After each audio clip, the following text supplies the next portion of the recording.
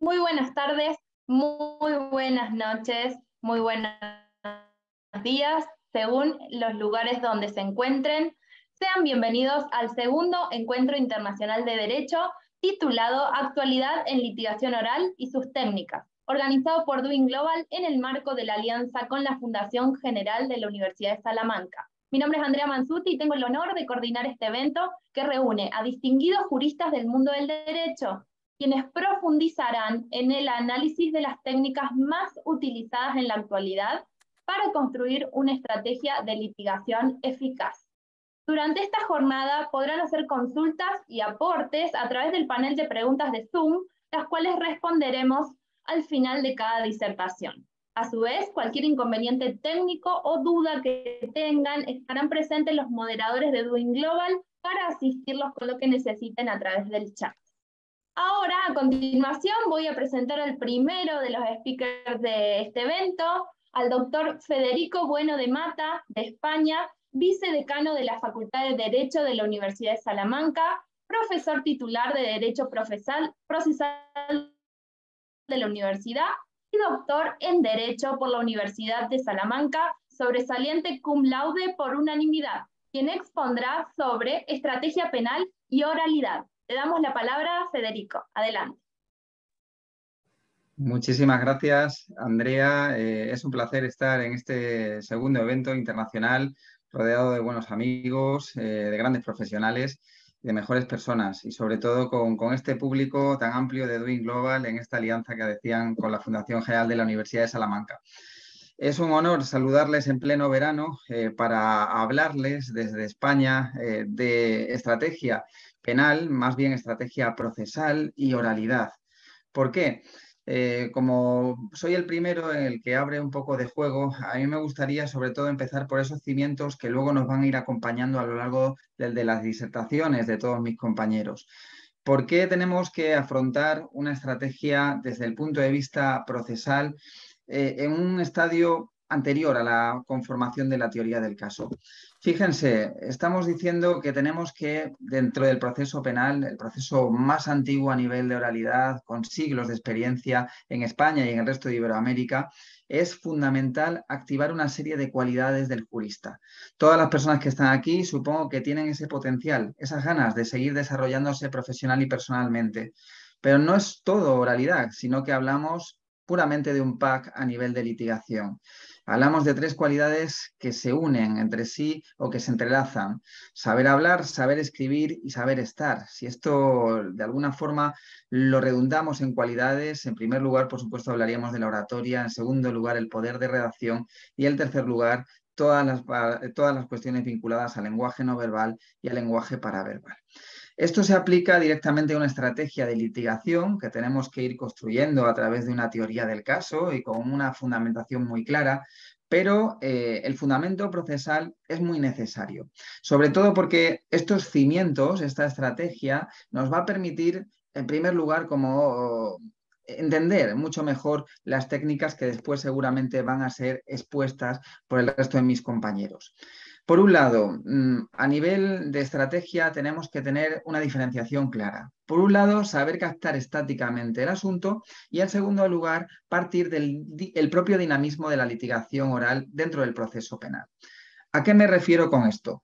Las técnicas de litigación parten de que el propio jurista sepa definir una pretensión que va a ser inamovible y que nos va a condicionar toda la estrategia. Eso quiere decir que la propia estrategia estática parte de fijar la jurisdicción y la competencia, el órgano jurisdiccional, por lo tanto, que va a conocer el caso, pero sobre todo el procedimiento. El procedimiento a nivel penal, si nos vamos a países iberoamericanos, tenemos, por supuesto, los dos grandes bloques en proceso ordinario y proceso abreviado en diferentes modalidades. En España tenemos diferentes procedimientos dentro del abreviado, el rápido, el de delitos leves, bueno, una serie de cuestiones que también marcan una estrategia propia de litigación oral. ¿Por qué digo esto? Es fundamental tener claro esta captación porque condiciona el dinamismo de la propia estrategia de litigación oral.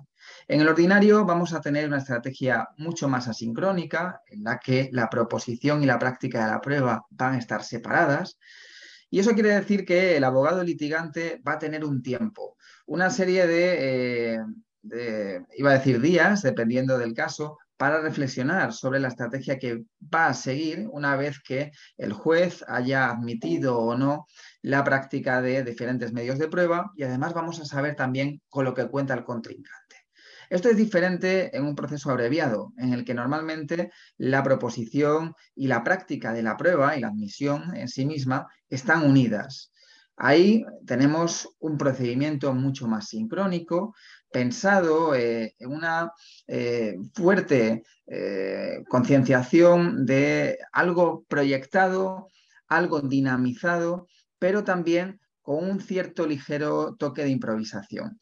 Por lo tanto, esa improvisación programada, que se puede decir de este modo, depende mucho de las técnicas propias y de todo el bagaje que hemos ido adquiriendo como profesionales. Entenderemos que las personas que están aquí tienen diferentes trayectorias académicas, algunos acabarán de empezar su trayectoria, otros estarán muy acostumbrados a hablar en público, pero seguramente la estrategia, el pensar previamente antes de actuar a nivel jurídico, es algo que caracteriza a cualquier persona de esta ciencia humanista. Esa estrategia, como les decía, tiene ese perfil estático de base a la que le acompaña también un perfil dinámico que tenemos que tener en cuenta. El perfil dinámico se basa propiamente en el principio de contradicción procesal. No estamos solos, no podemos traer una defensa o una estrategia de litigación oral como si simplemente miráramos al frente y no hiciéramos caso ni al lado, ni a la contraparte, ni al auditorio, ni al propio juzgador. Por lo tanto, tenemos que estar abiertos a que nuestra estrategia de litigación sea cambiante, se dinamice en función de lo que haya ocurrido en las diferentes etapas procesales, según los medios admitidos, según la fuerza con la que haya admitido también medios de prueba a la contraparte, y por lo tanto tenemos que empezar a nutrir o a confeccionar esa estrategia. Dentro de esos cimientos tenemos que plantearnos cuál es nuestro criterio para elegir una serie de contenidos de convicción.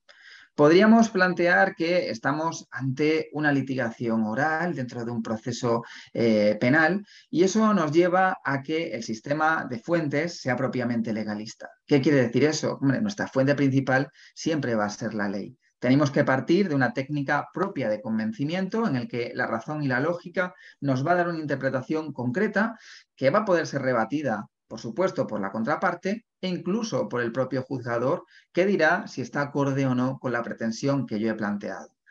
Eso no quiere decir que nuestra litigación, nuestra estrategia llegue aquí a un final. Podremos, si no estamos de acuerdo, por supuesto, plantear los recursos oportunos y en función de la segunda instancia, también oral dentro del proceso penal en casi todos los países iberoamericanos, plantear una estrategia eficaz para llegar a al menos vencer en este planteamiento. ¿Y por qué digo lo de vencer? Sobre todo estando en Salamanca, es una frase muy conocida de Miguel de Unamuno. Vencer o convencer, vencerás pero no convencerás. Bueno, pues es algo que seguramente los juristas nos tendremos que llegar a plantear. ¿Es siempre bueno vencer dentro de un proceso o lo que queremos es convencer?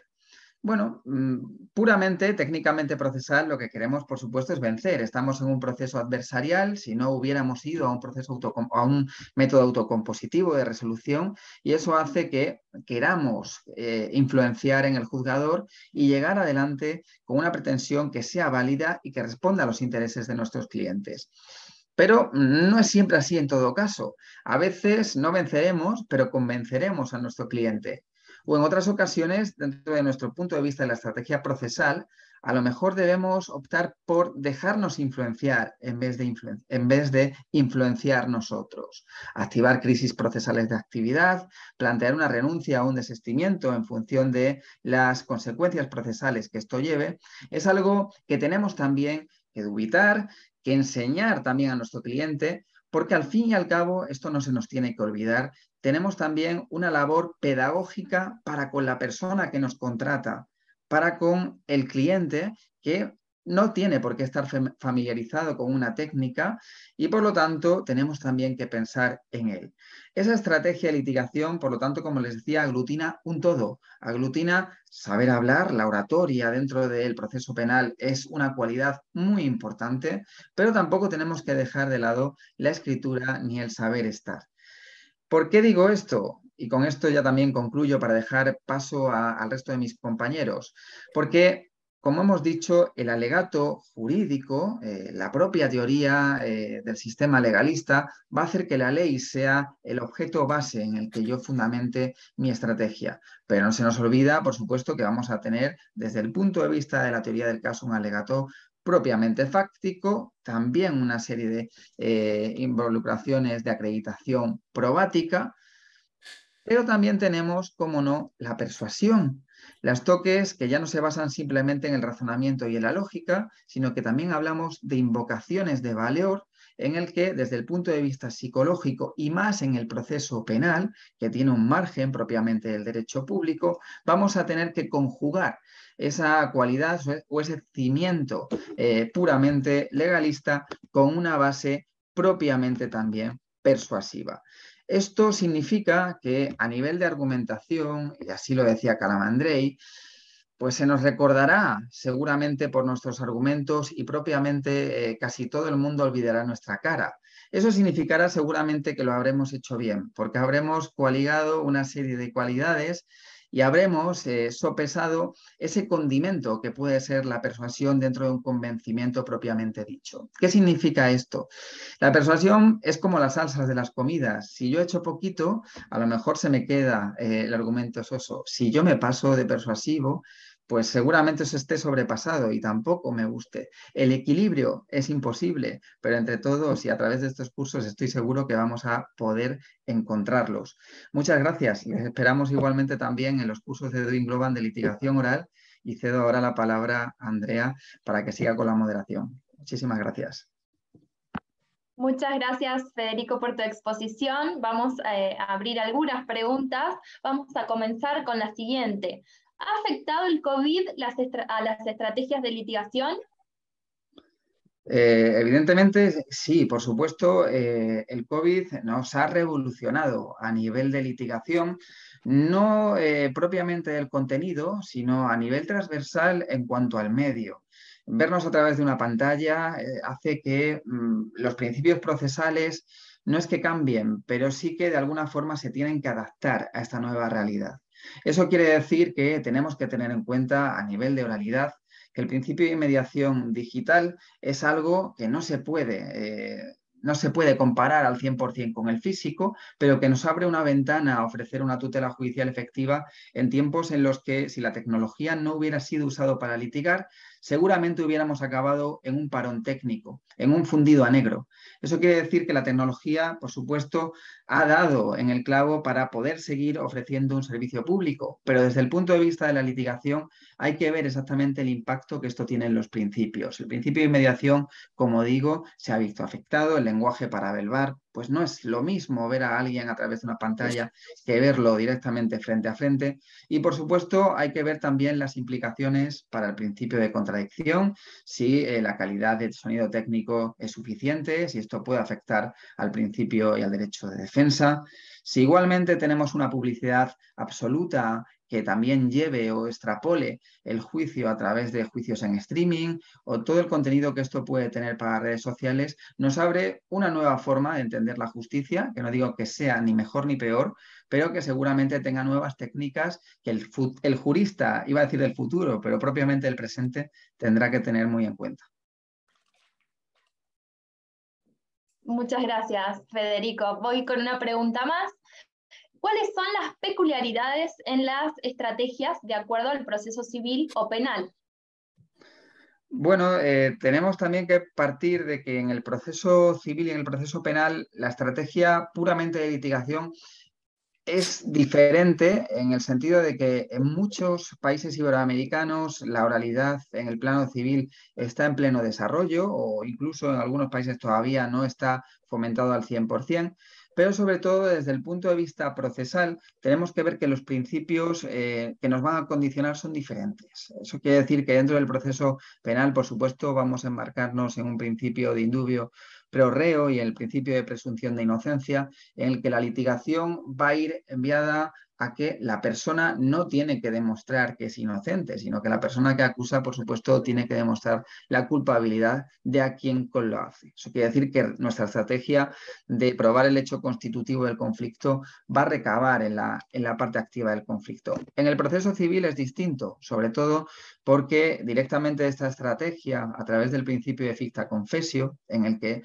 si decimos algo, ahí sí que se nos tiene que rebatir, porque podemos decir aquí que el que calla otorga, la estrategia ya será más compartida, porque no será simplemente alguien que inicia, sino que en un plano de igualdad, propiamente de bienes jurídicos disponibles, estaremos en un plano litigante no desequilibrado, sino en un plano igualitario a nivel de estrategia procesal, que hará que la estrategia sea distinta. Por lo tanto, resumiendo, para contestar a la pregunta, podemos tener estrategia de litigación oral en ambos, en proceso civil y en proceso penal, dependiendo del desarrollo que la oralidad tenga del proceso civil en sus países, sobre todo en primera instancia, porque las segundas instancias o fases de recurso todavía tienen un claro matiz escrito en la mayoría de los países iberoamericanos, pero sobre todo tenemos que atender a los principios procesales que van a marcar la estrategia procesal de base, que era lo que yo quería traer con mi disertación inicial.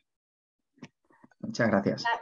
Clarísimo, Federico, muchas gracias por tu exposición. Por supuesto, si queda alguna pregunta, al finalizar vamos a estar haciendo reflexiones finales. Continuamos ahora con el doctor José D'Antona, de Argentina, abogado por la Facultad de Derecho y Ciencias Sociales de la Universidad Católica de Córdoba, magíster en Derecho con especialidad en litigación oral por la California Western School of Law, magna cum laude. El tema que abordará es clausura entre la prueba, la lógica y la comunicación. Doctor, le damos la palabra. Bueno, muchas gracias, Andrea. Obviamente no puedo empezar sin agradecerle a la Universidad de Salamanca y su fundación, a Doing Global, que hace posible estos encuentros que en verdad que nos enriquecen a todos. Y también, estando Federico acá, lo vamos a personalizar en él, también agradecerle a Salamanca que también nos ha permitido incorporar hoy, más allá de que somos colegas y amigos, a Maximiliano Airabedian, que bueno, para los que puedan por allí no conocerlo, sin duda es uno de los 5 procesalistas más importantes de Argentina, despojado esto de cualquier cuestión subjetiva de amistad, así que también agradecer eso para que pueda enriquecernos con lo que nos va a compartir. Yo lo primero que querría, y voy a mirar para que después no me reten, que me excedo en el tiempo, costumbre que por allí tengo, lo primero que querría hacer es explicar un poquito por qué este título de prueba, lógica, comunicación. Afortunadamente en este curso que mencionaba Federico que damos por la Universidad de Salamanca y Duin, es casi eminentemente práctico, entonces abordamos tanto la apertura, clausura, interrogatorio y contrainterrogatorio con algo de teoría y después ejercicios eminentemente prácticos, que creo que es algo que puede estar bien. Ahora, lo que yo quiero dejar en claro hoy es la clausura, así como la teoría del caso. Sabemos que tiene las famosas 3 patas: el aspecto normativo, el aspecto fáctico, el aspecto probatorio. El alegato de clausura, la conclusión, las palabras finales, como ustedes le quieran llamar en sus respectivos países o según la bibliografía, tiene una tríada también que innegociablemente se tiene que apoyar en lo probatorio, en lo lógico y en lo comunicacional, y aquí está quizás la nota distintiva respecto de otros. Por ejemplo, me podría decir alguien del público, bueno, pero el alegato de apertura también tiene alguna lógica comunicacional oral. Sí, pero con algunas diferencias y con algunos bemoles que vamos a tratar en apretados 10 minutos de poder distinguir. En primer lugar, respecto a la prueba, miren, obviamente que la valoración que hay que hacer en el alegato de clausura es toda la prueba. Eso no hay duda. Pero me suelen preguntar, y está bien que se pregunte, a ver, pero ¿cómo hago para valorar toda la prueba? Si en algunas legislaciones hasta hay limitaciones de tiempo, fácticamente diría que en todas las legislaciones está prohibido, y donde no está prohibido siempre suelo decir no queda bien leer tanto una como la otra. ¿Cómo hago para saber cuál es toda la prueba que tengo que valorar. Y usted tiene que saber distinguir en términos probatorios, se enanca con lo que decía Federico en cuanto a la estrategia que usted va a ir abordando ya desde la teoría del caso, cuál es la prueba esencial. Y usted allí verá y hará una especie de nomenclatura para no terminar cayendo, obviamente, en errores que son comunes. Esa prueba esencial que usted va a tener que valorar, claramente no puede omitirla. No hay una sanción procesal en ningún ordenamiento. Usted omitió al testigo Pérez, que era importante. No, pero claramente un jurado, si vamos al sistema adversarial puro, duro, pétreo, o un jurado o un tribunal técnico, perdón, seguramente va a pensar que usted lo está omitiendo deliberadamente, o porque no le conviene, o porque tiene ahí un punto flaco, o diversa cantidad de cuestiones que son riesgos que usted no puede correr si sanamente y si efectivamente usted entiende y quiere, en palabras de Federico, vencer, ¿sí? Que tampoco le tengamos miedo a vencer, es lo que todos intentamos hacer más allá de la persuasión aristotélica y demás. Muy rápidamente quiero saltar a la pata lógica de esta tríada. ¿Por qué? Sin querer herir la inteligencia de ustedes, no voy a hablar de los primeros principios de la lógica, no contradicción, tercero excluido, razón suficiente, etcétera, porque los conocemos todos. No me voy a parar en la argumentación forense, más allá de mi gusto y humildemente alguna versación, sino que quiero hacer hincapié en los lugares comunes. Palabra esta o término, si ustedes quieren, y me hago cargo de lo que digo, absolutamente bastardeado a lo largo del tiempo, desde Grecia y Roma en adelante, porque pareciera ser en un lenguaje coloquial que si usted cae en un lugar común, bueno, es algo que sería disvalioso. Bueno, en un lugar no común yo les propongo no caer, sino que ir a buscar el lugar común, porque el lugar común es aquel concepto griego del tópico, del topoi, ¿sí? Estos lugares donde yo me puedo asentar, esta tierra firme donde yo me puedo asentar. Sin querer irnos hasta aquella antigüedad, no hace falta que hable de la necesidad imperiosa, no lo bueno o lo malo o lo aconsejable, la necesidad imperiosa que usted se pueda apoyar en tierra firme en el momento en que está emitiendo sus conclusiones, cuando no tiene lugar a enmienda, cuando no tiene lugar a no, perdón, me equivoqué, salvo algún error material involuntario, claro que eso no hay problema alguno. Entonces, recordando sí, que la lógica no nos acerca a lo verdadero ni a lo falso, sino a lo correcto o a lo incorrecto, estos lugares comunes nos van a permitir avanzar. Me suelen pedir y castigar y dicen, bueno, pero hable de algún ejemplo civil, porque usted es penalista, entonces todos los ejemplos son penales. Y yo siempre voy a esto que por allí es fácil. Si la litis está trabada en lógica de un incumplimiento contractual y el demandado con nuestra famosa exceptio non ad impleti contractus del derecho romano diciendo no, yo lo incumplí porque él lo incumplió. Bueno, mire, muy rápidamente, y con perdón de los civilistas que me sepan dispensar, valga la redundancia, la torpeza quizá de mi ejemplo, usted tiene lugar común muy rápidamente en esta tarea también de alguna improvisación que decía Fede, en orden a, mire, un contrato seguramente hubo, un incumplimiento hubo y otro incumplimiento también. Y usted le puede agregar, por ejemplo, que hubo un principio de ejecución que en materia civil y contractual es casi como imprescindible. Entonces, rápidamente dicho, rápidamente por lo acuciante del tiempo y para no aburrirlos, lo que quiero significar es que en definitiva ahí estamos yendo con lugares comunes para permitirnos avanzar. ¿Pero cómo avanzo? Bueno, avanzo tomando microdecisiones. Así como la sentencia, aquella aspiración que tiene usted como fiscal pidiendo la condena de un acusado, o que tengo yo como defensor pidiendo la absolución de mi defendido, ¿sí?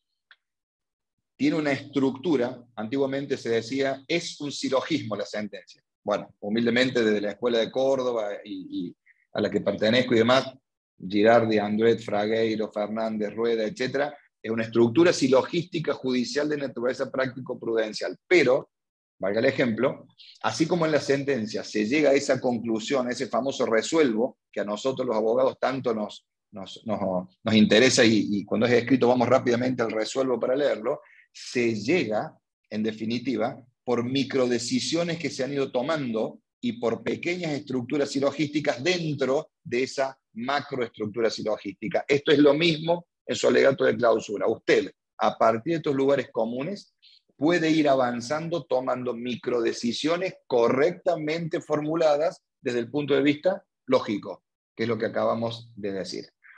Y se completa el panorama de lo lógico, reitero, se completa para estos escasos minutos, que ya llevo 7 por cierto, desde la lógica de la teoría de la colaboración mínima, yendo netamente a lo que es derecho procesal penal y esto. ¿Qué es esto? Muchos de ustedes lo sabrán, está en la mayoría de la bibliografía que ustedes quieran tener a la mano. Hay hechos que están probados y hay participación que está ya aceptada.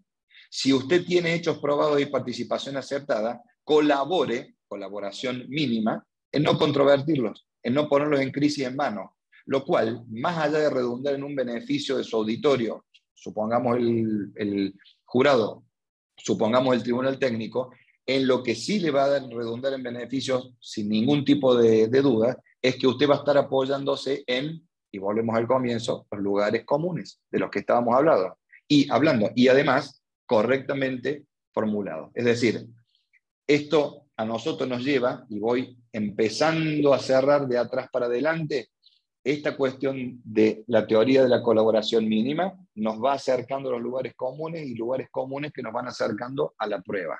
Y allí la unión de los 3 tópicos del título. Y finalizando, el tercero es la comunicación.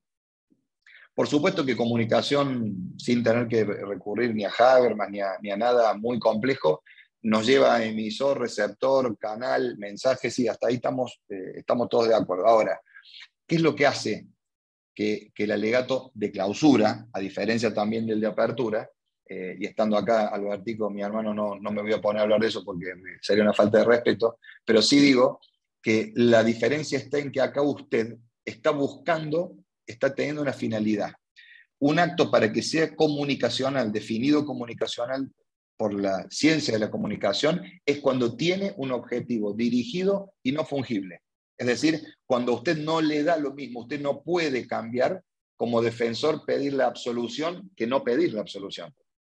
Por más que, como decía algún procesalista cordobés de fuste, creo que era el maestro Soler, si no Maximiliano me va a corregir, que por ahí los abogados tenemos esta costumbre, a veces medio necesaria, de decir, bueno, para el hipotético caso que no comparta, subsidiariamente le pido tal cosa. Y el maestro Soler decía, cuando hay un pedido subsidiario es porque el primer pedido no está tan fuerte, y eso es algo que me quedó grabado. Pero en definitiva, este acto comunicacional es un acto comunicacional estricto, porque tiene esa finalidad, porque además implica la corrección lógica, reitero, no del error material, sino del error en la formulación, ¿sí? Del error en la construcción lógica.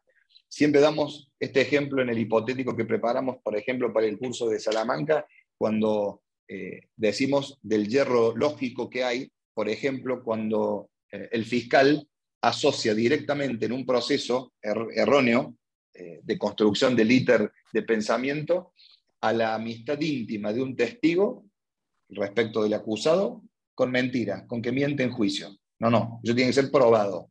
Decir simplemente, asociar directamente la amistad del testigo con el imputado con una mentira, eso es un error lógico, y usted no tiene retorno de eso si comete ese tipo de error lógico, reitero, el cansancio, en el alegato de cláusula. En definitiva, el análisis probatorio y la corrección lógica, ¿sí?, se van a resumir en este acto comunicacional que son los alegatos de clausura, en donde usted, a partir de los lugares comunes y con esta corrección indispensable, se dirige hacia un objetivo. Y ese objetivo, y se adelantaba Federico como siempre, que además del placer que es escucharlo, Federico siempre tiene ese plus donde uno se puede apoyar tranquilamente, porque lo que estamos buscando, más allá de la sed de ganar, las ganas de vencer, en definitiva es la verdad. Y yo quiero terminar, y me voy a permitir leerlo para no distorsionarlo, con una famosa frase de un autor, de un filósofo, Schopenhauer, que nos gusta a varios de los que aquí estamos, que dice: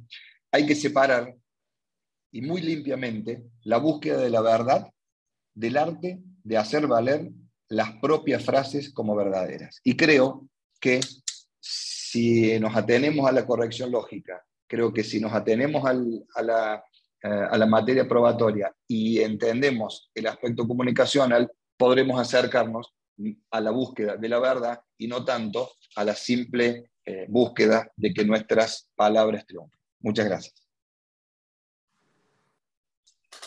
Muchas gracias, doctor. Clarísima su exposición.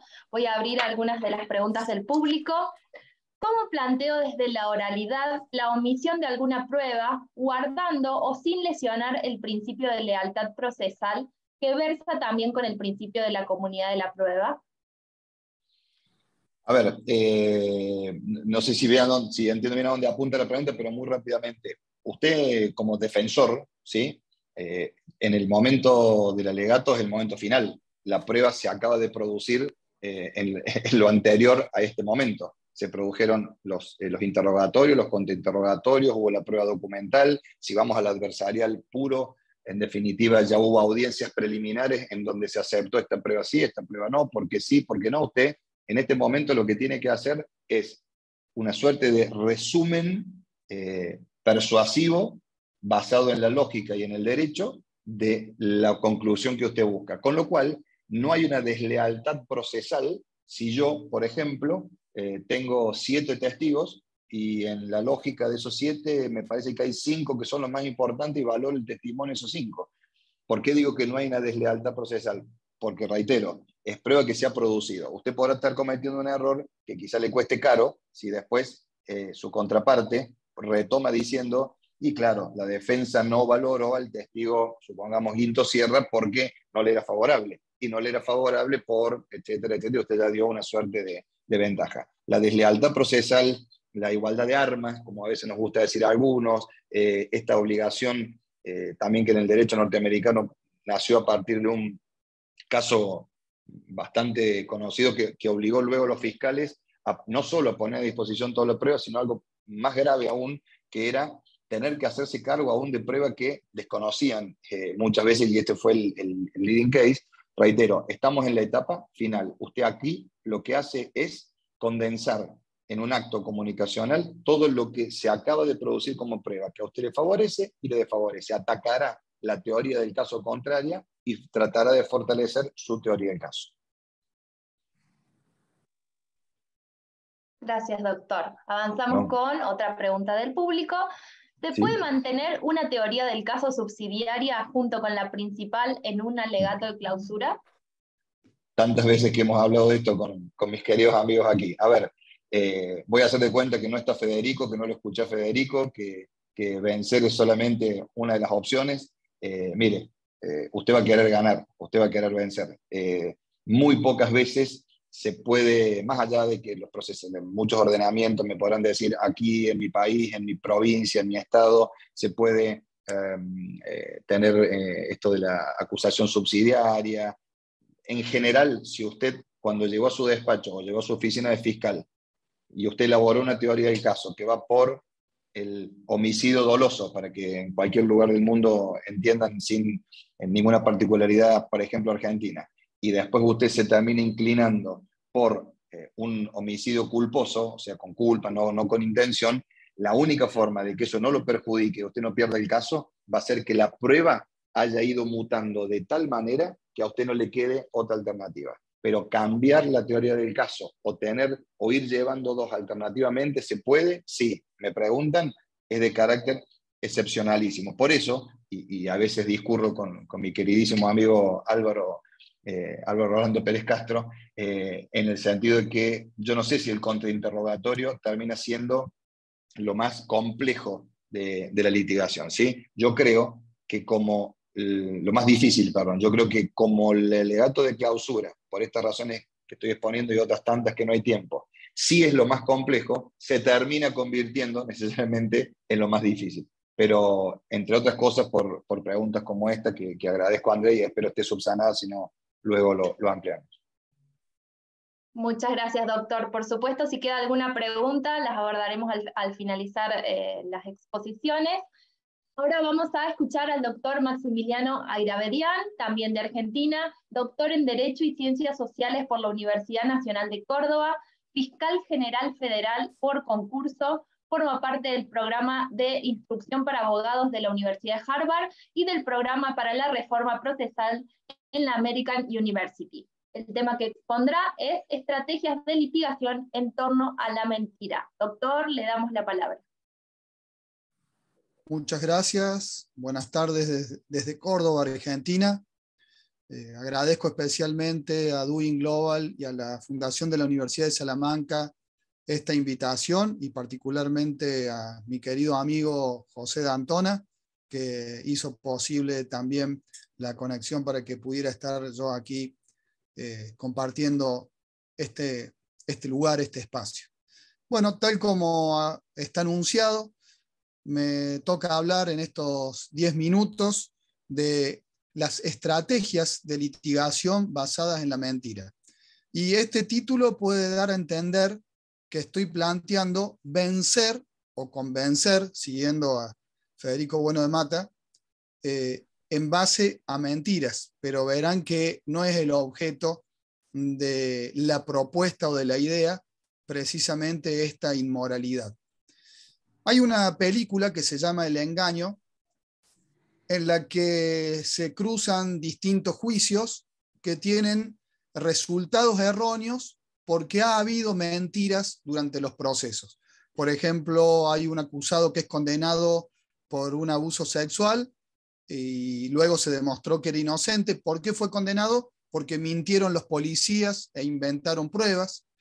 Hay una abogada que defiende a una acusada de un homicidio y logra demostrar, entre comillas, su inocencia, pero luego se demuestra que realmente era culpable. Y hay un momento de la película en el que un experimentado juez le dice a una abogada joven, explicándole sobre la realidad de los procesos penales. Este juez le dice a la abogada joven, fíjense, escuchen qué frase. Dice: cada vez que me siento en un juicio, pienso que el juicio es básicamente un concurso de mentirosos.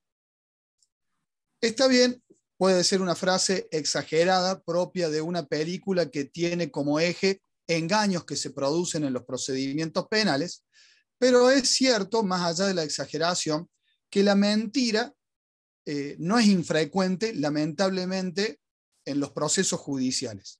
Todos los que tenemos contacto con la realidad sabemos que hay mentiras de los testigos, que hay mentiras de los abogados, que hay mentiras de los fiscales, y también, hay que decirlo, muchas veces hay mentiras de los jueces en las sentencias.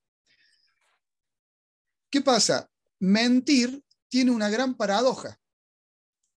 Todos los humanos mentimos desde muy temprana edad. Esto está demostrado. No hay ninguna persona que en la vida no mienta. Se miente por muy distintos motivos. Esto está estudiado. Es propio de la condición humana.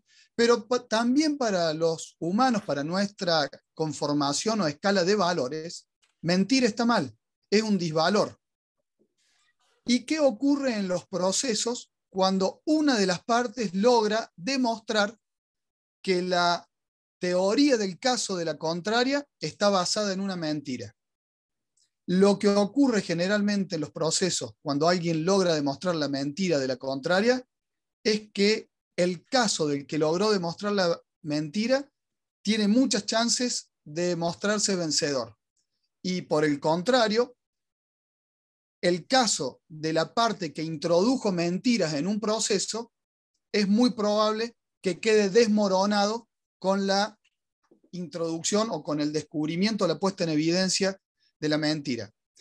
Entonces, la mentira se puede convertir en un objetivo de la litigación, porque siguiendo a lo que decía José D'Antona, el proceso o el juicio como acto de comunicación, si una de las partes tiene su teoría del caso que considera que tiene algunos puntos débiles para vencer, que no tiene tal vez la fortaleza probatoria para asegurar un triunfo, pero sabe que puede explotar la mentira de la contraria para fortalecer la propia, es muy posible que termine triunfando. Vamos a ver cómo funciona esto en distintas técnicas o en distintos segmentos de lo que es la litigación del proceso adversarial.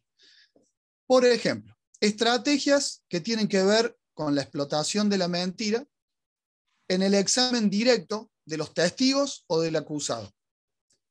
Si la parte que ha propuesto a un testigo o el defensor que ha decidido que su cliente declare y responda preguntas, supongamos que sabe que la parte contraria tiene elementos para pensar que hay mentiras en esas declaraciones, lo que puede hacer el que propuso al testigo en el examen directo es lo que se conoce como adelantarse a las debilidades del testimonio y tratar en el interrogatorio, en el examen directo, que su testigo, en el interrogatorio amistoso, entre comillas, de quien lo propuso, dé explicaciones acerca de las mentiras que luego se sabe va a querer explotar la parte contraria en el contraexamen. Y esto evidentemente tiene una ventaja, la de adelantarse a esa debilidad. Si el abogado o el fiscal saben que su testigo ha mentido en algo o que puede ser puesto en crisis su testimonio, por ejemplo, supongamos el testigo tiene una versión, el testigo que ha sido propuesto o el acusado, que se contradice con algo que ha manifestado o evidenciado antes en redes sociales, que es un escenario que se está presentando. Si yo he propuesto un testigo y yo sé que el testigo ha dicho antes en redes sociales o a la prensa cosas distintas a las que va a decir en el juicio, y yo sé que mi parte contraria lo va a poner contra las cuerdas con esta situación, yo no tengo que dejar que la parte contraria se encargue de esto en el contraexamen, porque verdaderamente va a ser un contraexamen por parte de la parte contraria que va a ser un interrogatorio hostil que además puede echar mano de preguntas indicativas, sugestivas, reconvenciones. Entonces, yo si lo propuse y sé que este es el punto débil del testigo, tengo que ya en la preparación del testigo hablar de la viabilidad de que dé explicaciones razonables acerca de por qué antes dijo una cosa y en el juicio va a decir o está diciendo otra. Por ejemplo, para cerrar la parte del examen directo y el adelantarse a la crítica de la mentira que va a ser la contraria, los policías muchas veces utilizan engaños en las investigaciones y muchas veces el policía, el investigador, es el principal testigo de la fiscalía. Si el fiscal sabe que el policía ha realizado algún tipo de engaño durante la investigación y sabe que esto va a ser explotado por la parte contraria, por la defensa, el fiscal puede preguntar al testigo sobre las causas por las cuales hubo engaños durante la investigación y luego en el alegato, que es el acto comunicativo por excelencia, en el alegato final, el fiscal puede llegar a explicar al tribunal o a un jurado que a veces, no siempre, a veces hay mentiras en la actividad policial que están aceptadas, a veces aceptadas por la ley, como son las investigaciones encubiertas, a veces aceptadas para evitar un mal mayor, etc. Si es que se puede explicar, obviamente no estoy hablando de un fiscal que defienda que un policía ha plantado un arma a un sospechoso, porque eso ya es un delito. Vamos ahora a cómo se trabaja la mentira para debilitar el caso contrario en el contraexamen. Bueno, tenemos que tener en cuenta que en el contraexamen hay una mala idea de que el contraexamen debe servir para destruir al testigo de la contraria. Acá no se trata, como dicen Baiteman y Duce, de destruir, sino de debilitar el testimonio, desacreditar al testigo, pero no hace falta una tarea de destrucción que puede ser contraproducente para un jurado popular o para un tribunal. ¿Cómo desacreditar al testigo? Primero, si tenemos información de que el testigo miente, porque no podemos salir a una excursión de pesca a buscar mentiras sin saber que, o sin tener una sospecha fuerte de que hay mentiras del testigo de la contraria, si creemos que ha mentido, hay que tratar de hacer ver, de evidenciar esa mentira para que el jurado y el tribunal lo vayan sabiendo, ya sea en el mismo acto de hacer el contraexamen o para explotarlo posteriormente en el alegato.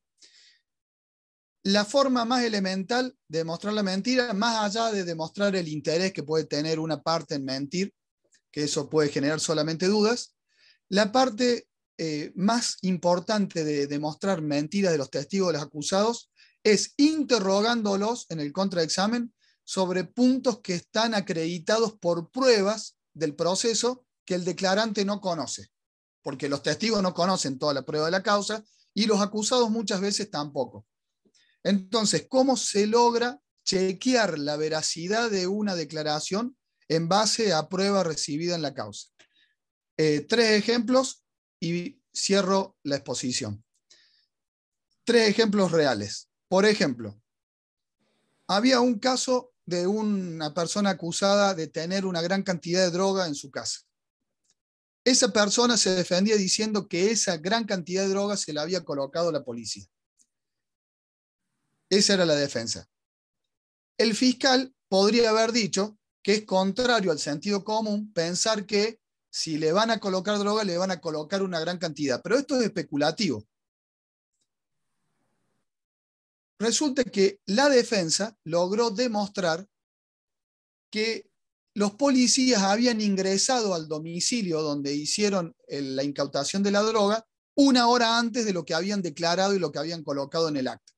Bastó para la defensa demostrar esa mentira de los policías, que era la principal prueba de la fiscalía, para que el tribunal ya no le creyera nada a los policías y se fuera absuelto el acusado. Otro caso, un acusado que decide declarar en contra del consejo del defensor y estaba con las pruebas flojas. Era un acusado de un secuestro extorsivo que tenía llamadas con los otros secuestradores y las antenas del celular del móvil lo colocaban en el lugar del hecho. La posición exculpatoria era bastante simple y fuerte. Yo a la hora del hecho me comuniqué con las otras personas porque las conozco, son amigos, y yo estaba jugando en un bingo adelante de muchas personas. Y trae a los testigos del bingo. El fiscal le pregunta, ¿fue otras veces a jugar al bingo a ese lugar? Sí, voy todos los viernes. ¿Qué sabía el fiscal? Que por las antenas de las sábanas de comunicaciones de los viernes anteriores al hecho, ese hombre no estaba en el lugar en el que decía que estaba el bingo. Entonces bastó para que el fiscal acreditara que había mentido en esa parte para que ya el tribunal no le creyera su posición exculpatoria y lo condenara. Bueno, un tercer caso, y con esto termino, un acusado propone como testigos de su descargo un grupo de mujeres que decían que habían estado jugando al fútbol durante el hecho y que el acusado había estado en el evento deportivo. ¿Qué busca el fiscal? Busca las publicaciones en redes sociales de las testigos que habían ido a declarar, que evidenciaban que en la fecha del hecho ninguna había publicado nada vinculado al partido de fútbol, sino que estaban realizando publicaciones de otro tipo o en otros eventos. Bastó eso para que se cayera la defensa mediante la demostración de una mentira. Entonces, para cerrar, lo único que queda decir es que una vez que se ha puesto el enfoque como estrategia, sobre todo ante la debilidad de un caso propio, puede ser, pero se ha puesto como norte demostrar la mentira en que se basa la prueba de la contraria, habrá que analizar si esta demostración se la deja pasar en el interrogatorio, en el contraexamen, para explotarla posteriormente en el alegato y no dar la oportunidad que el contraexaminado pueda dar explicaciones superadoras de la mentira. Muchas gracias y abierto a las preguntas. Muchas gracias, muy clara y muy interesante su exposición, doctor. Quiero agradecer, además de los oradores, queremos agradecer la presencia de cientos de profesionales del derecho de países tales como Argentina, España, México, Perú, Estados Unidos, Bolivia, Colombia, República Dominicana, Uruguay, Brasil, Guatemala, Panamá, Nicaragua, Ecuador, Chile y Venezuela, demostrando el carácter verdaderamente internacional de este encuentro. Y ahora sí, paso a leer algunas de las preguntas del público. Esta es la primera. En el contrainterrogatorio, ¿nunca puedo preguntar sobre cuestiones de mi teoría del caso que no fueron objeto de examen directo? Sobre esto, Sobre esto hay una discusión y hay desacuerdos.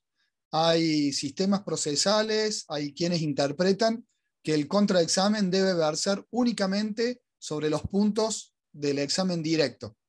Yo no comparto esta visión.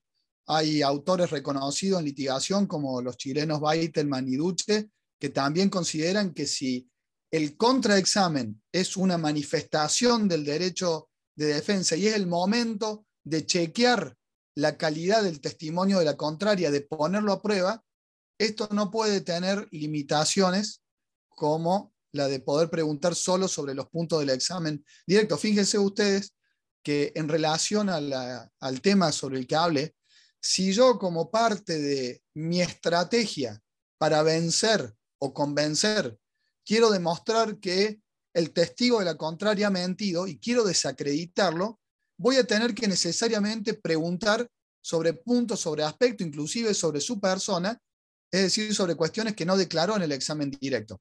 Y más aún, cuando el que contraexamina es el abogado defensor, no olvidemos que tiene un derecho constitucional, pilar de la defensa en juicio, que es el derecho a interrogar al testigo de cargo. Y el derecho a interrogar a los testigos de cargo de la defensa tiene que ser amplio, porque si no, sería una excepción más que un derecho. Por lo tanto, soy de los que adhieren fervientemente a la idea de que en el contraexamen no se puede limitar únicamente el campo de las preguntas a lo que constituyó materia del examen directo. Excelente, doctor. Por una cuestión de tiempo vamos a avanzar con el siguiente orador y dejamos el espacio de preguntas para el cierre. Seguimos sumando de distintos países, Costa Rica también. Aquellos que se vayan sumando nos pueden ir poniendo ahí de dónde nos están escuchando. Avanzamos entonces y convocamos al doctor Álvaro Rolando Pérez, representante de Colombia, abogado por la Universidad de Ibagué, especialista en Derecho Procesal Constitucional de la Universidad Javeriana y Master of Law de la California Western School of Law, decano de la Facultad de Derecho de la Universidad Manuela Beltrán, profesor nacional e internacional de Derecho Penal y Derecho Procesal Penal. El doctor expondrá sobre aproximaciones al contrainterrogatorio. Doctor, le damos la palabra.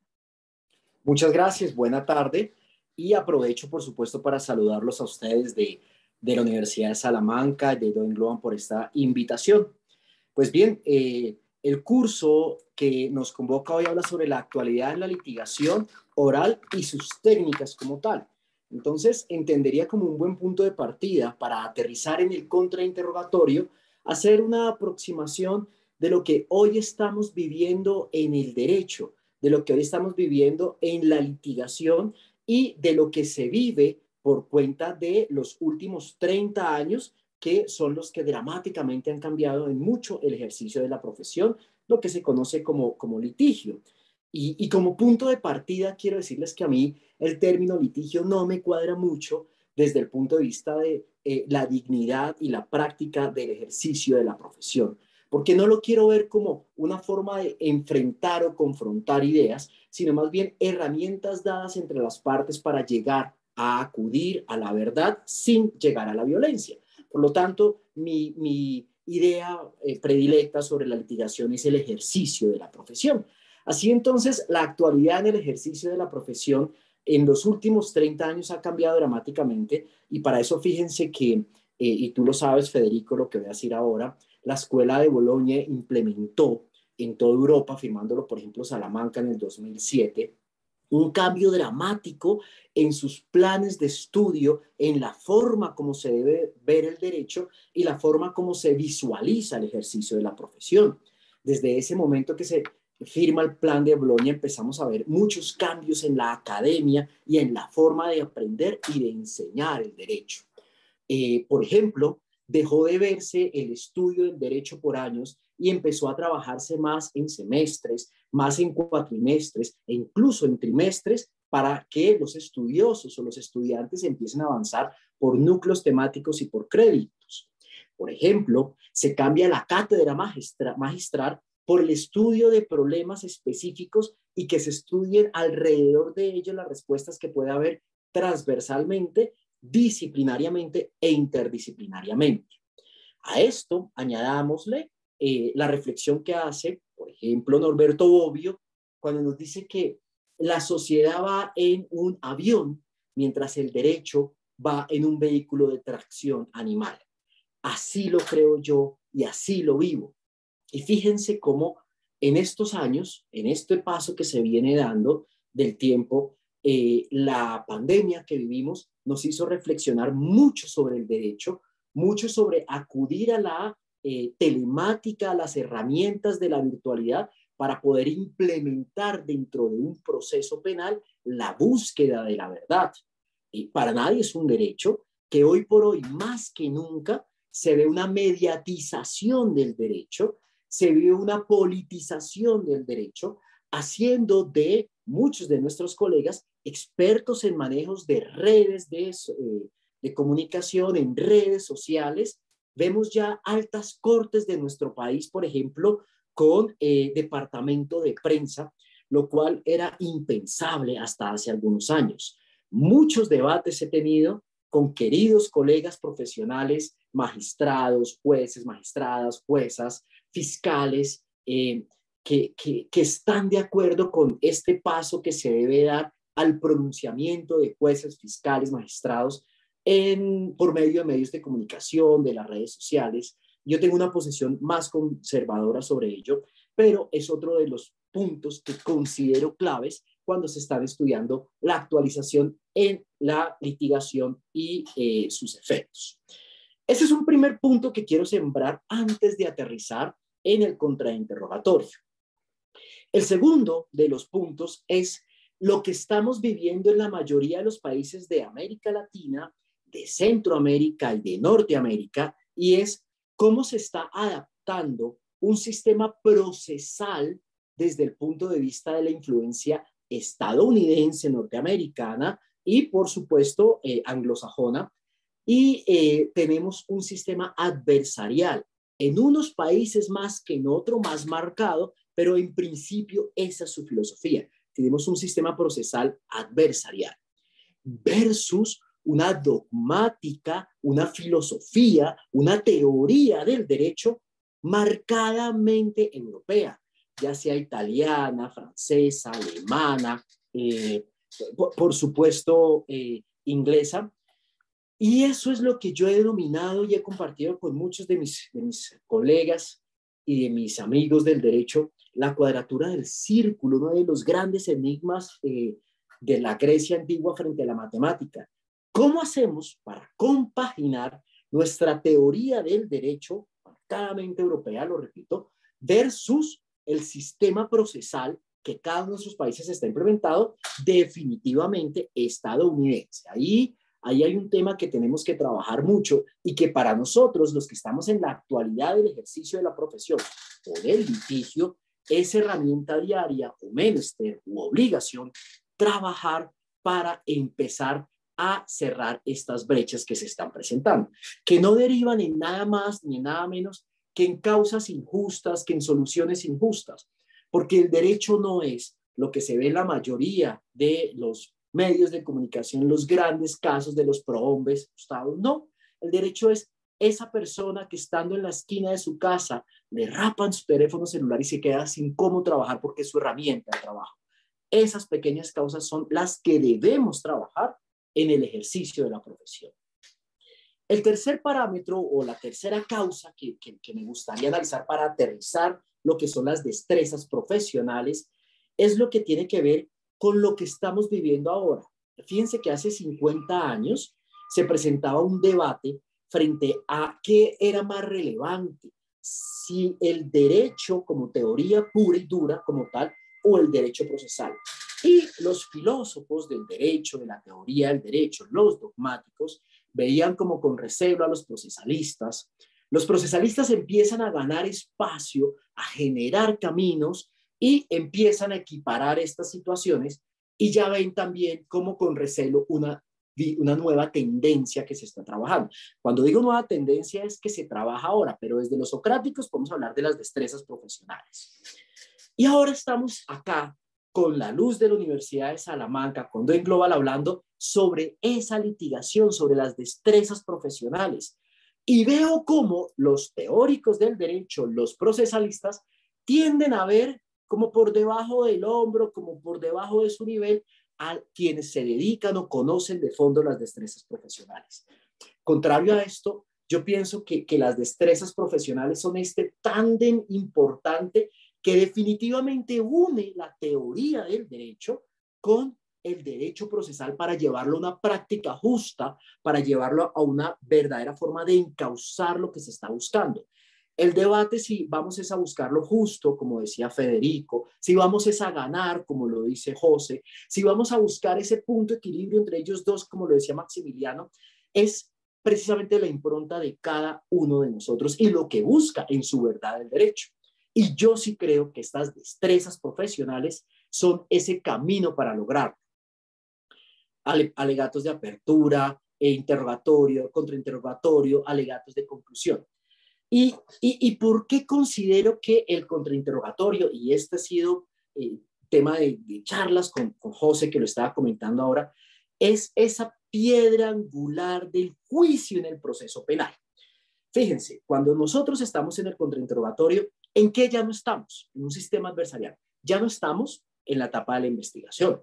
De hecho, ya hemos pasado un desahogo probatorio. Ya tenemos claro que estamos en un juicio con una persona o unas personas, ya sea jurado, magistrados, jueces, que tienen que entrar a decidir frente a dos posiciones encontradas: quien acusó y quien entra a defender.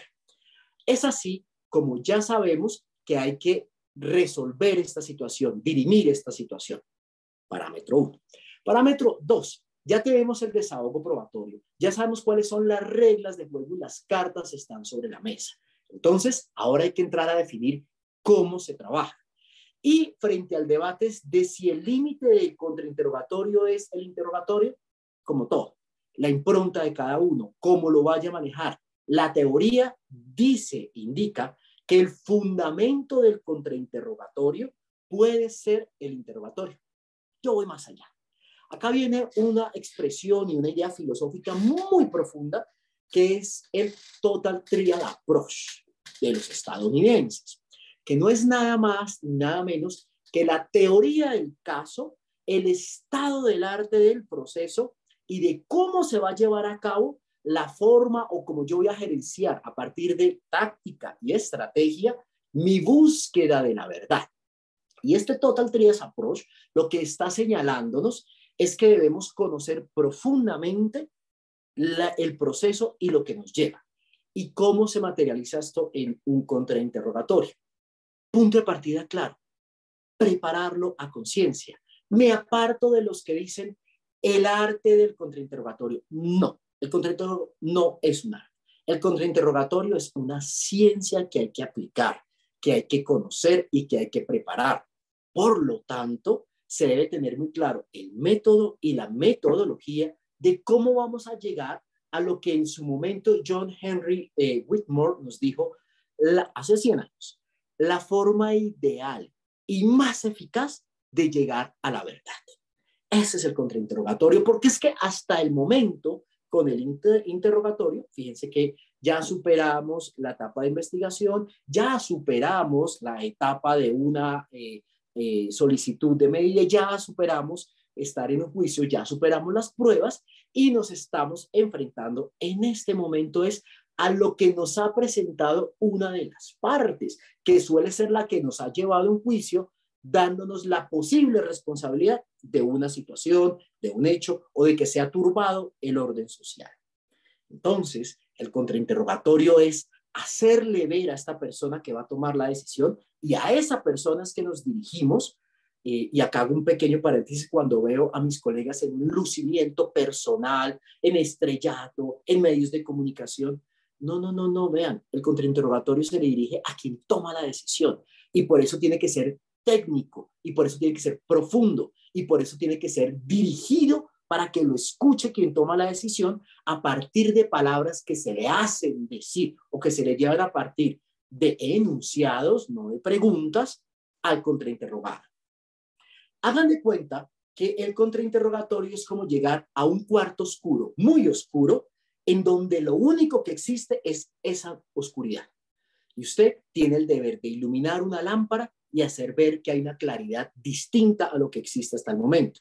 Y ojalá en el camino usted logre encontrar en esa claridad el interruptor de luz que le permita encenderlo y hacer ver una realidad distinta a la que existe en ese momento. El contrainterrogatorio, fíjense, por ejemplo, en la Suprema Corte estadounidense, viene siendo el camino ideal para menoscabar lo que se aleja de la verdad y para acercar a las partes a una realidad verdadera. Así lo ha dicho esta Corte estadounidense. Estamos hablando de hace 100 años. Por eso, cuando se habla del contrainterrogatorio en los últimos meses, yo lo digo con absoluto respeto, veo una cantidad de teóricos sobre el tema especulando, hablando de arte, y no, es realmente ciencia pura y aplicada para poderla llevar a cabo en el derecho. ¿Qué propondría yo frente a las personas que en un curso como estos de actualidad en el ejercicio de la profesión quieren saber del contrainterrogatorio? Y con esto voy cerrando. Miren, el contrainterrogatorio se basa en el interrogatorio, no digo se limita, se basa en el interrogatorio. Su fundamento son los alegatos iniciales o alegatos de apertura, pero es una cosecha, es una siembra que se instala profundamente, que espera que sus raíces estén en el contrainterrogatorio y su cosecha se va a llevar a cabo en los alegatos de conclusión. El contrainterrogatorio no son alegatos de apertura, el contrainterrogatorio no es interrogatorio, el contrainterrogatorio no son alegatos de apertura. Por eso, tanto que se habla de la palabra de más, la vanidad, de si es cierto o no que no se debe preguntar, sino exclusivamente lo que se conoce la respuesta. Si se habla del contrainterrogatorio es para genios. No, fíjense, el contrainterrogatorio no es para genios. El contrainterrogatorio es para personas que se preparan con disciplina y con conciencia para poder interrogar a una persona que en teoría puede ser experta, que en teoría puede ser hostil. Pero esto es como si usted le tiene miedo a un tigre en un zoológico. El tigre en el zoológico tiene los barrotes o el vidrio que no lo van a dejar salir. Y ese tigre tiene unos barrotes o un vidrio que usted como contrainterrogador le pone. No le tenga miedo, prepárese más bien. Con esto, Andrea, cumplo el término que ustedes nos han dado para poder hablar sobre el contrainterrogatorio. Y como nos lo decía José hace un momento, bueno, pues hablar en 10 minutos de un tema que podría ser producto de un doctorado es una tarea que merece este tipo de consideraciones. Muchas gracias. Excelente, Álvaro. Igual lo vienen haciendo de manera brillante todos en resumir en estos 10 minutos. Paso a una de las preguntas del público. ¿Cómo podemos compaginar las teorías dogmáticas de la mayoría de nuestros países en la teoría general versus el proceso adversarial estadounidense? Bueno, esta pregunta me cae como argolla al dedo, porque yo soy un absoluto convencido que en nuestros países latinoamericanos tenemos que empezar a ver la filosofía de la dogmática de la teoría del delito estadounidense para que por fin compagine con nuestro derecho procesal estadounidense y así empezar a hablar menos de tipicidad, antijuricidad, culpabilidad, todas las teorías que existen, que el dolo viene aquí. Muy interesante, muy provechoso y nunca va a desaparecer. Pero yo creo más en la ponderación de derechos fundamentales a partir de la consideración de un juez que conozca del derecho y de la sociedad, que estudie los hechos punibles a través de lo transversal, lo disciplinario y interdisciplinario y lo aterrice en un derecho procesal que le corresponde. Así es que mi propuesta es que la teoría del derecho también sea dogmática estadounidense y dejar un poco más de la filosofía europea, con lo cual sé que varios de mis compañeros están cogiendo ya su cabeza porque hemos debatido varias veces, pero estoy convencido de eso. Muy bien, te agradecemos, Álvaro, por la disertación. Vamos a avanzar con el último orador. La verdad que tenemos acá juristas de altísimo nivel. Damos la palabra al doctor Albertico Guinto Sierra, de México, coordinador de la Comisión de Derecho Penal del Ilustre y Nacional Colegio de Abogados de México, miembro y colaborador de la Alianza Interamericana de Abogacía Oral, doctor en Ciencias Jurídico-Penales por el Instituto de Estudios Superiores Manuel José de Rojas. El doctor Guinto Sierra expondrá las técnicas de litigación y su relación con el razonamiento probatorio. Le damos la palabra, doctor. Andrea, muchas gracias. Muy buenas tardes a todos, o buen día todavía en España, me parece. Bienvenidos a este magno evento. Mi agradecimiento a Doing Global, por supuesto, a la Universidad de Salamanca, Federico, mi querido hermano José de Antona, y un gusto compartir este panel con Max, un gran amigo que tuve el gusto y honor de conocer en Argentina en alguna ocasión que José Antona me invitó a estar por allá. Y bueno, pues mi Álvaro querido, como siempre, también un placer compartir. Bien, vamos a hablar un poco sobre estas técnicas de litigación, esta actualidad en la litigación oral y sus técnicas relacionadas con el razonamiento probatorio. Voy a tomar varios de los comentarios que han hecho José, Álvaro, Max y Federico para irlos intercalándose en estos comentarios que haré. Estas técnicas que nosotros tenemos, pues son las herramientas que ocupamos, sobre todo en el juicio oral, para efectos de hacer un proceso dialéctico. Esto es, que el fiscal y el abogado puedan tener un buen debate, puedan aplicar debidamente estas técnicas del interrogatorio, del contrainterrogatorio, las técnicas de las objeciones, cuando sean realmente conducentes, sean pertinentes, la objeción que estás haciendo a la actuación o a la pregunta o a la respuesta de la parte contraria. Entonces, es muy importante dominarlas, es muy importante conocerlas para poder desahogar debidamente las pruebas o para no permitir que nuestra contraparte desahogue cuando lo está haciendo fuera de las reglas de la legalidad establecidas en un código como una metodología sobre la cual se debe de desarrollar el proceso. Pero resulta que además del conocimiento de estas técnicas de litigación oral, requerimos otras disciplinas técnicas, metodológicas o científicas para poderlas aplicar adecuadamente. Esto es, el tema del razonamiento probatorio.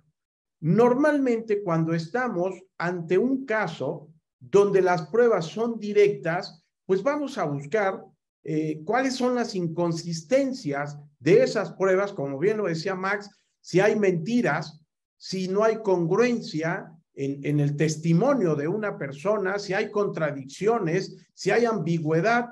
Entonces, las personas que participamos en este juicio, ya sea el fiscal, ya sea el abogado, tenemos que hacer uso de la psicología del testimonio.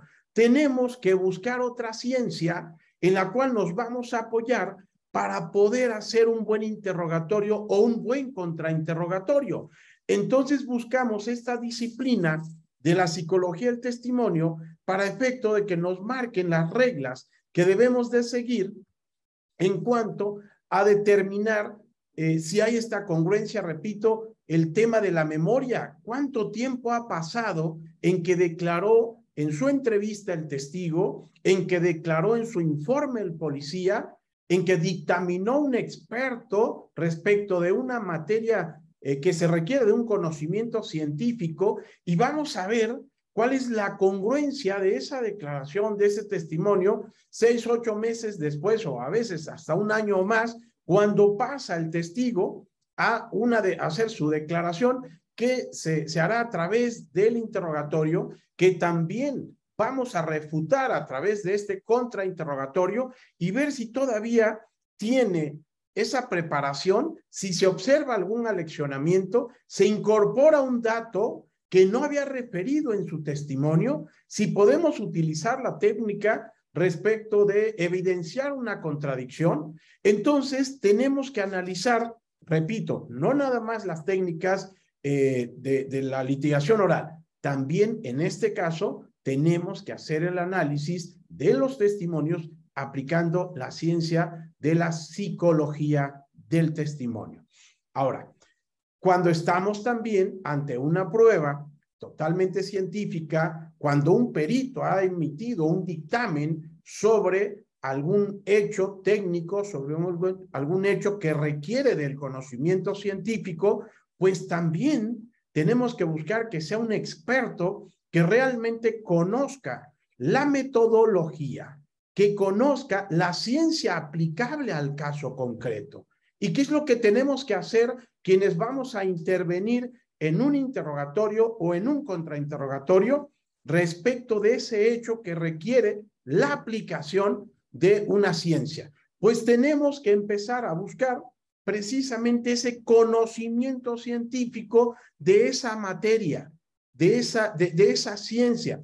Entonces, ¿qué buscamos? Un asesor técnico para efecto de que nos pueda compartir una información probablemente básica, probablemente entre básica y media, de ese conocimiento científico para que tengamos la capacidad de poder realizar un interrogatorio directo correctamente, o para tener esa capacidad de poder realizar un contrainterrogatorio perfecto.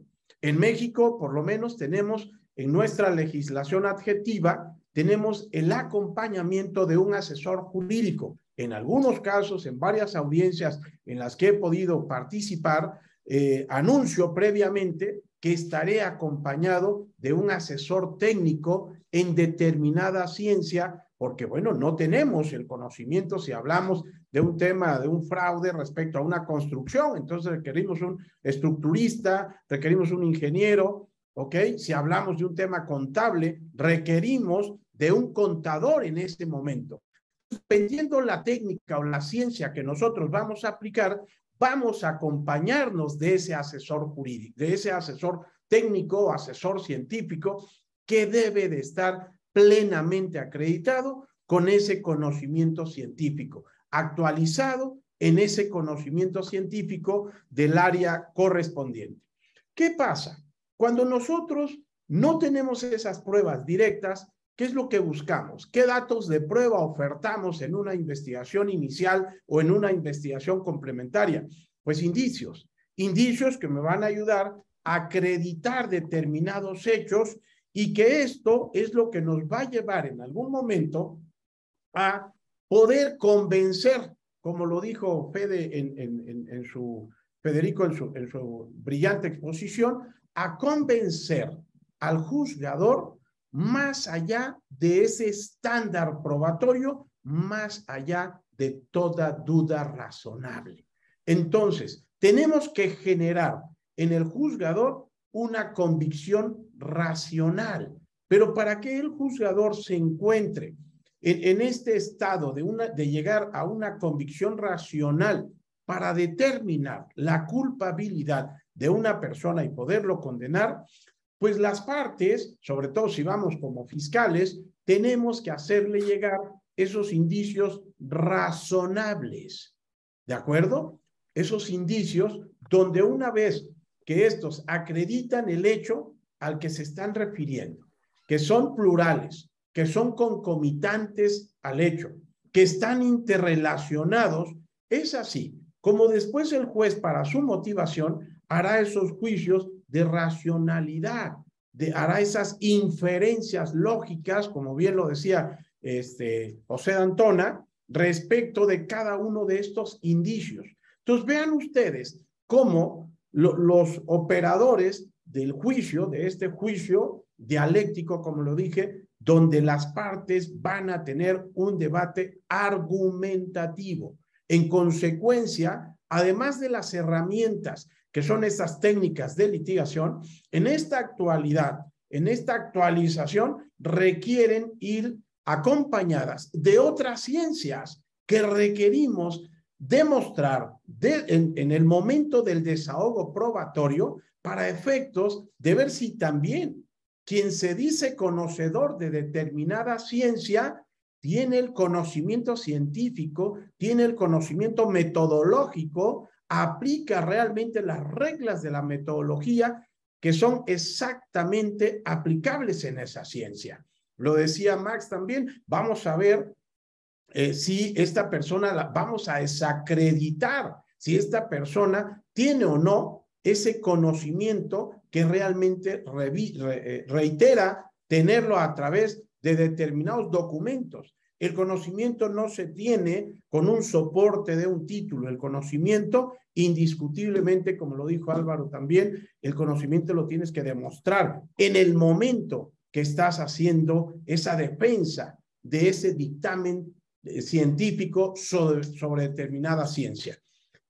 Y también en temas ahora que están en boga, decía Álvaro que si vendrá o seguirá, perdón, el tema de la teoría del delito, también yo ya tengo mis dudas si en algún momento esta teoría del delito siga en nuestros sistemas aquí latinoamericano. ¿Por qué? Porque, bueno, Estados Unidos nos ha impuesto este sistema procesal, acusatorio o adversarial en todo. Ya es un tema le dicen a veces el imperialismo jurídico, pero bueno, es un sistema que sí nos permite tener mayor claridad, es menos corrupto, menos impune y desde mi punto de vista un sistema procesal acusatorio donde los que participamos debemos de tener realmente este conocimiento científico y metodológico del derecho.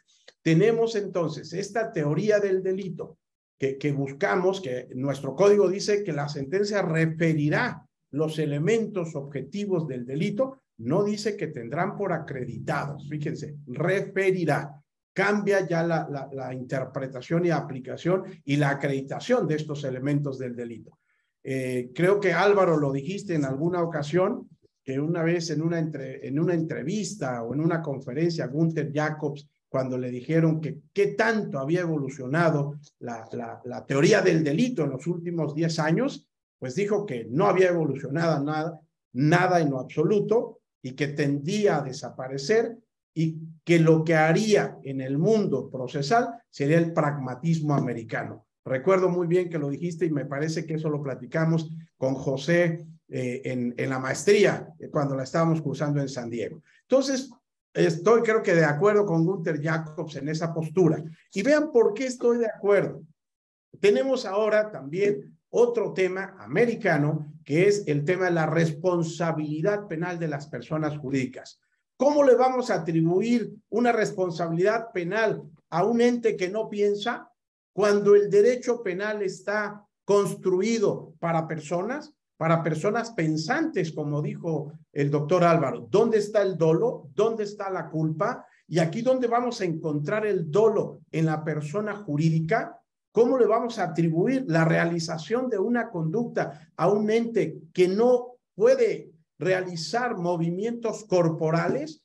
Entonces, ahí vino esa gran problemática entre este derecho americano y el derecho europeo, el derecho alemán, de donde tomamos todos los latinoamericanos, esa dogmática penal alemana, que luego es traducida a España, y bueno, pues ahí vamos a España a aprender de esa dogmática. ¿Por qué? Porque nace un nuevo derecho penal, nace el derecho penal económico y de la empresa, donde al derecho penal económico no le importa el sujeto ejecutor de la conducta. Quien le interesa es realmente el sujeto decisor de la conducta.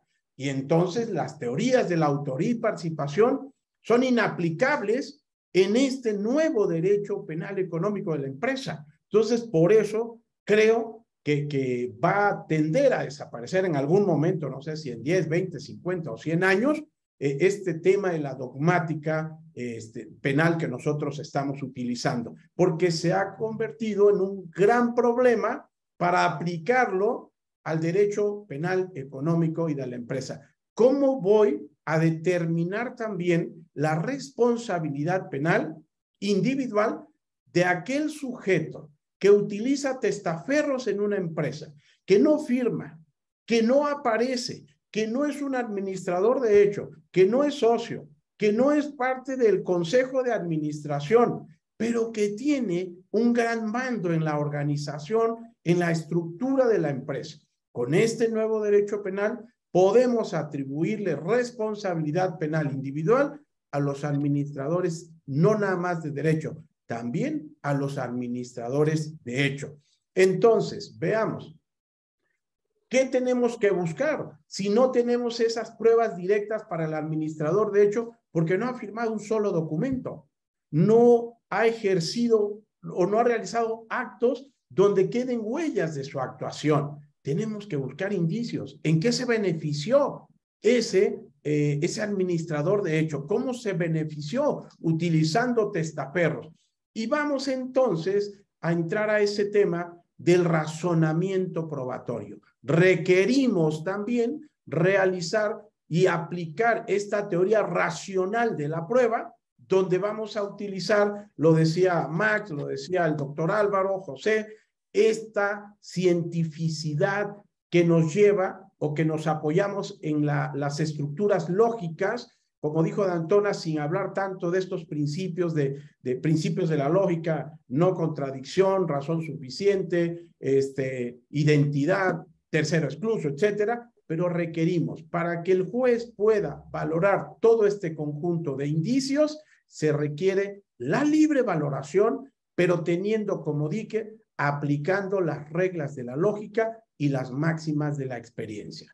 Entonces, para concluir, ¿qué requerimos? Además del conocimiento y dominio total de las técnicas de litigación oral, el acompañamiento de otras disciplinas, como la teoría racional de la prueba, para hacer ese razonamiento lógico, para ver si los indicios cumplen cabalmente con la exigencia de esta teoría, para ver si las inferencias lógicas nos llevan a hacer esos juicios de razonabilidad respecto de los propios indicios y lograr convencer al juez más allá de toda duda razonable respecto de esa convicción racional en el juzgador y pueda dictar que hay una responsabilidad penal, ya sea de la persona física, de la persona moral, utilizando el derecho penal clásico o este derecho penal moderno que obliga a Estados Unidos, a Alemania,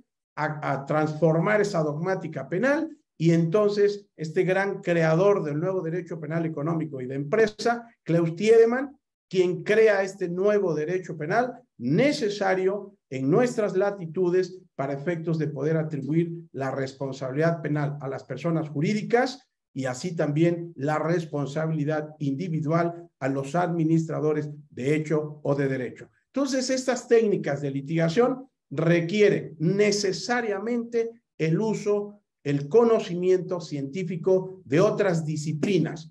En este campo de este derecho penal económico requerimos conocimiento mercantil, conocimiento concursal, conocimiento fiscal, derecho ambiental, derecho relacionado con propiedad industrial, derechos de autor, mercado de valores, temas financieros, temas de derechos de los trabajadores, temas relacionados con los derechos del consumidor, esa responsabilidad penal por el producto, etcétera, etcétera, etcétera. Entonces vean ustedes la necesidad de actualizarnos en el acompañamiento a nuestras técnicas de litigación con otros conocimientos científicos para poder ejercer de manera adecuada y correcta en un proceso la aplicación de estas técnicas de litigación oral.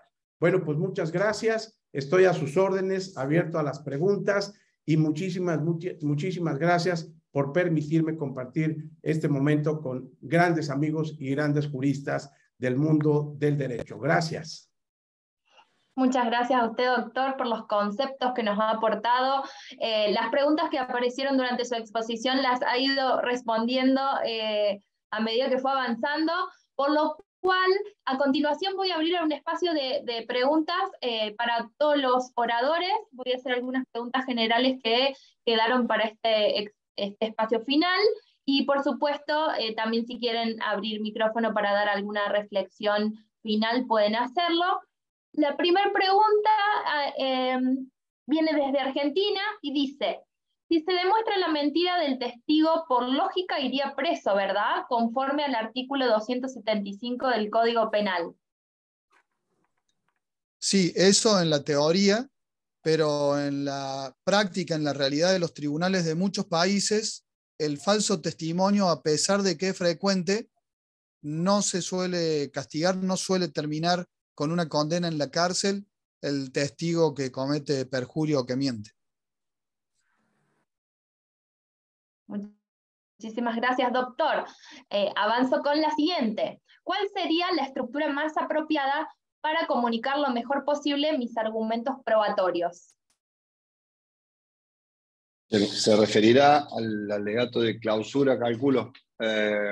A ver, si la pregunta está hecha para la clausura, que me parece que puede ser, independientemente de la bibliografía en general, Maxi mencionó un par de veces a Baiteman y Duce, que son un poquito como la base de todos los que buceamos por acá. Yo tengo algunas diferencias, ¿no?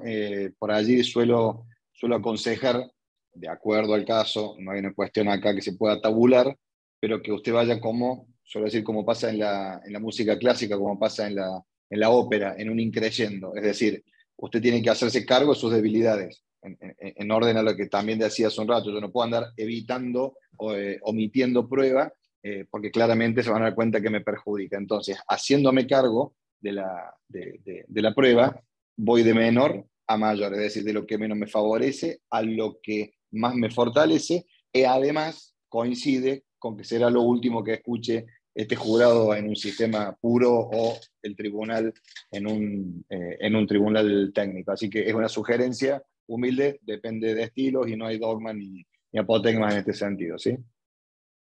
Andrea, si me permites, porque José contesta, por supuesto, desde el punto de vista, pero creo que puede ser también esa pregunta interesante para lo que tiene que ver con el contrainterrogatorio. Y mi recomendación práctica para aquel que vaya a hacer digamos, cómo encauzar las preguntas en contrainterrogatorio, yo les diría, mire, hay que dejar de pensar en la pregunta en el contrainterrogatorio, sino hay que tener claro lo que dije, el Total Trial Approach, y más bien pensar en enunciados para buscar la respuesta que nosotros queremos del contrainterrogado. Entonces, en materia del contrainterrogatorio, yo no busco tanto una pregunta, sino un enunciado que lleve a la respuesta que yo busco por parte del contrainterrogado, como para complementar si se tratara de contrainterrogatorio, además de lo que dijo el doctor José Antón Andrea. Gracias. Gracias a ambos, esa es la idea, que aporten cada uno desde su visión. Aquí puntualmente una pregunta para el doctor Albertico. Consultan sobre su opinión personal sobre la responsabilidad empresarial de la actividad de la empresa Monsanto, hoy Bayer, en la sentencia de la Corte Consultiva Penal de La Haya del 2016, que remite tomar medidas al respecto y modificar los parámetros internacionales de dicha responsabilidad.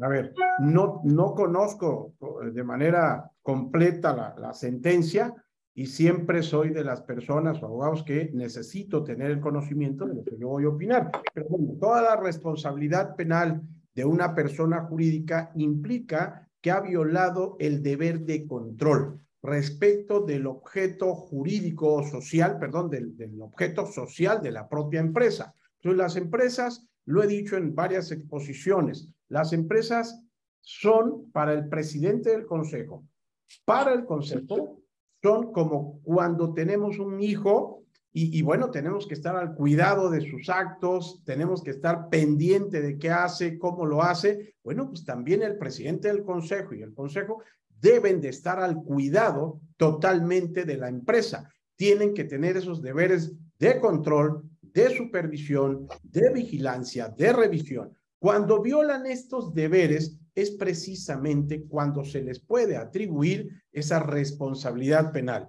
De Bayer, repito, no tengo la sentencia, no la he analizado para dar una opinión así técnica o metodológica respecto a la misma, pero debió haber sido esta responsabilidad precisamente por esta falta de control, de revisión o de supervisión respecto del cumplimiento debido de su objeto social.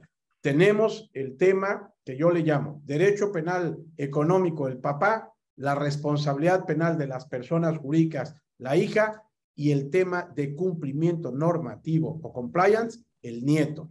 Entonces, para evitar precisamente de que esta empresa pueda cometer algún delito, se beneficie de algún delito a través de ¿quién? De quienes son la empresa. El consejo, el presidente del consejo son la empresa, son la persona jurídica, son la persona moral. Todos aquellos que tienen esas funciones de control realmente son los que actúan en nombre en nombre de la empresa.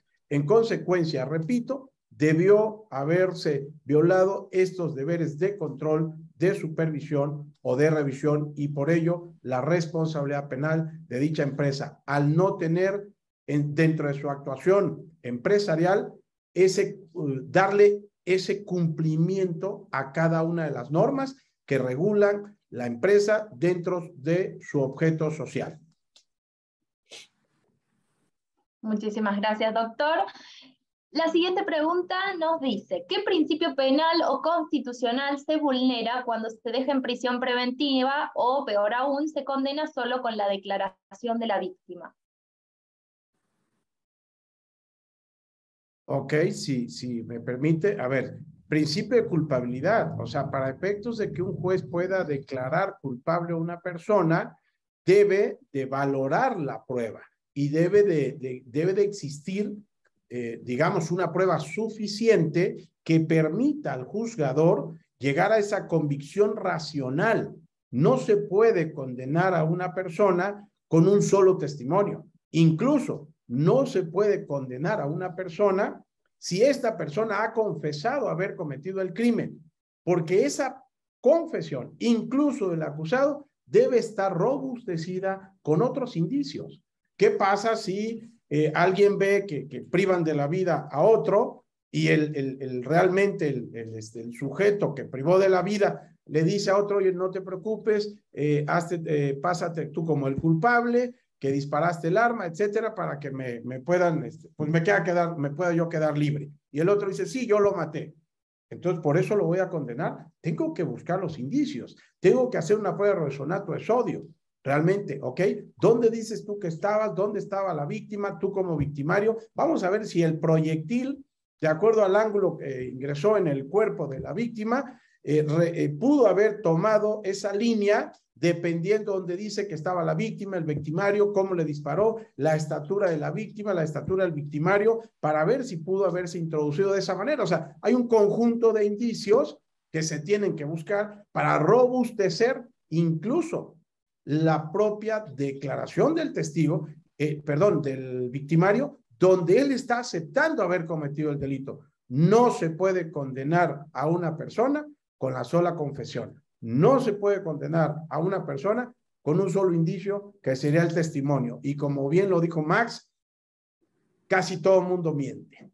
Entonces, cuando escuchas a alguien, lo primero que tienes que hacer es dudar, como lo dice también D'Antona en muchos de las pláticas que hemos tenido. Entonces, no se puede condenar a una persona o un sujeto con el indicio de un solo testimonio. Y más cuando tienes que pues desahogar esa prueba, tienes que demostrar en el contrainterrogatorio la inconsistencia, las ambigüedades, las contradicciones del propio testimonio. No se puede llegar a una convicción racional en el juzgador para que determine la culpabilidad del acusado.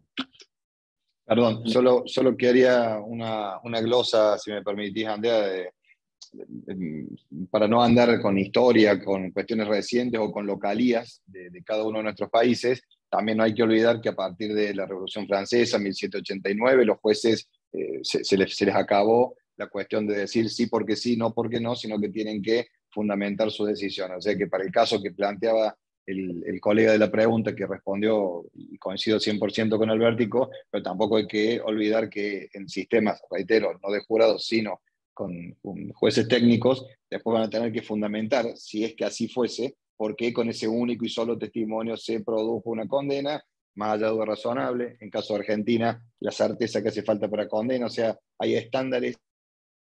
Esta obligación de fundamentar y de motivar no puede ser soslaya. Gracias, Andrea. Y fíjate, Andrea, que acá me viene como argolla al dedo para la postura que tomé en mi presentación. Uno de los principios dentro del proceso estadounidense puro adversarial es el due process of law, que en América Latina se ha interpretado como las instancias, y resulta que no se trata de eso. Y allí es donde yo veo uno de los problemas que hay entre la dogmática pura del derecho como tal, acá la teoría de la prueba, y si tú puedes ser condenado o no con una sola declaración, un solo testimonio, solamente un conocimiento. Pues la respuesta es que no. Y eso, evidentemente, va en contra de muchos de los principios del derecho procesal. Pero en los países latinoamericanos, centroamericanos y norteamericanos, hablando de México, por ejemplo, estamos viendo que precisamente se rompe este principio del due process of law a partir de que no estamos sincronizando la teoría pura del derecho con nuestros sistemas procesales. Muchas gracias, es un placer escucharlos a todos sobre la misma temática. Vamos a hacer una reflexión final, pero por favor, antes les voy a pedir que contesten la encuesta de satisfacción que les aparecerá en pantalla para que nos puedan dar su opinión, porque es realmente importante para nosotros conocerla. Y una vez que contesten la encuesta, ahora sí les doy la posibilidad de abrir micrófono, hacer una reflexión final antes de despedirnos.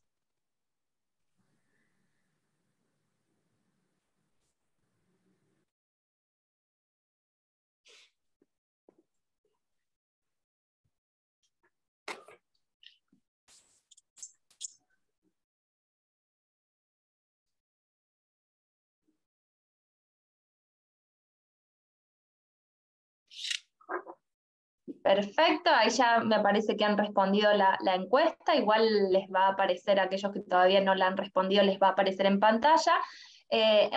A nuestros oradores les doy la posibilidad de dar sus palabras finales, no sé quién quiere comenzar. Dejemos, por favor, Andrea, si le permite, al más longevo del grupo para que Albertico pueda comenzar, no es una cuestión de respeto. Como siempre, hermano, muchísimas gracias por ese reconocimiento a este cúmulo de juventud que he tenido que tengo actualmente. Muchas gracias, hermano querido. Bien, yo considero que los que estamos en un proceso penal, acusatorio y oral, no debemos de dejar de seguirnos preparando día a día, no debemos de salirnos de una línea que es precisamente la metodología jurídica, la metodología científica del uso del conocimiento científico en el proceso penal.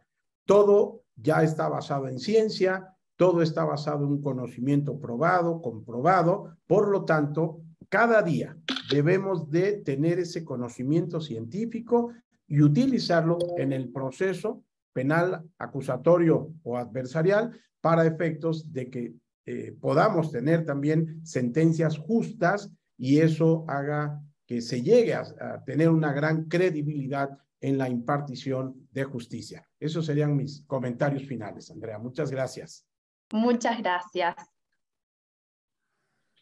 Simplemente quedaría muy brevemente decir, a ver, el sistema adversarial, que es donde quizás la litigación oral y sus técnicas tienen su máximo lugar de expresión y de poder plasmarse realmente tal y como son, no hacen otra cosa que consagrar el reino de lo que a nosotros nos debe de guiar como norte y no perderlo más allá de las funciones que tengamos en esto del proceso, sea como fiscales, sea como defensores, sea como jueces, que es el reino de la prueba.